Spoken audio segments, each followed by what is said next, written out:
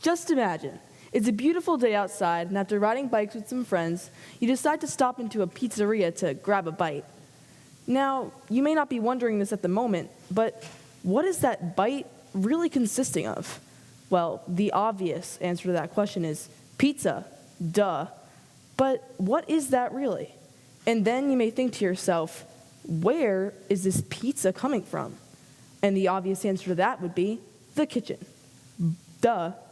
But where is it really coming from?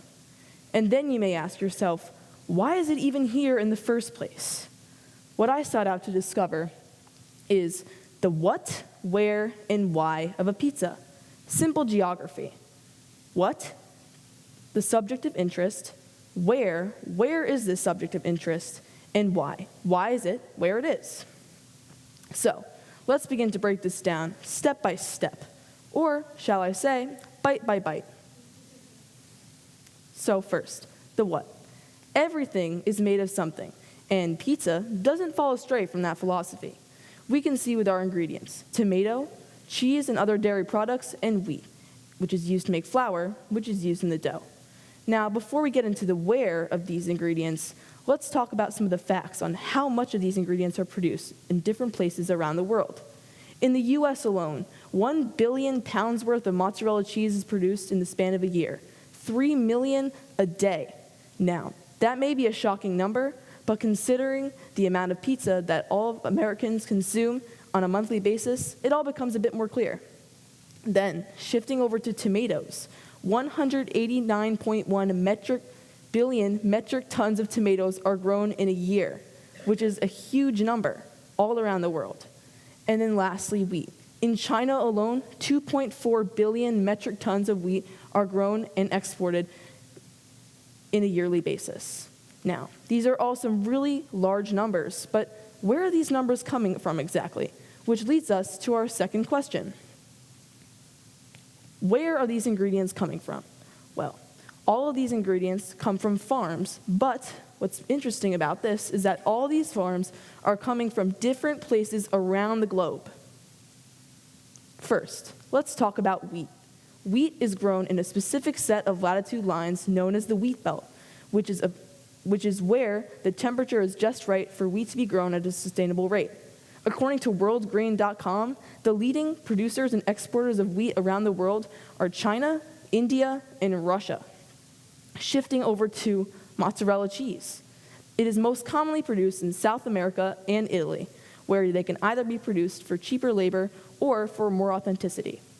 And then lastly, tomatoes, where China amounts for 37% of the world's tomato production across the globe.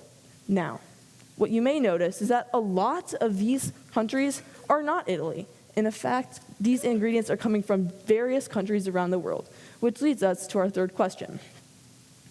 So, we have the what, check. The where, check. But what about the why?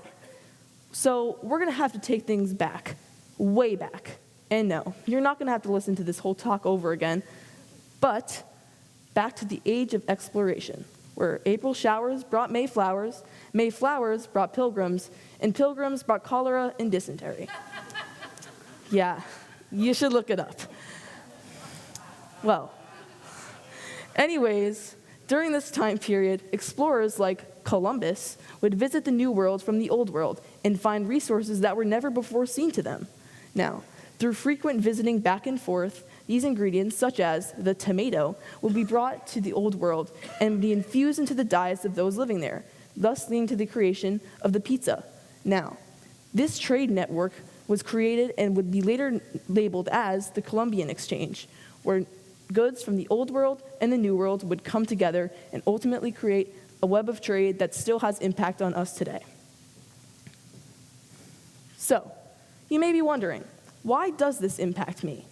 Now, I'm sure all of you in this audience can think of a pizzeria that's local to you and that you frequent. Where do you think they're getting these ingredients from? All around the world.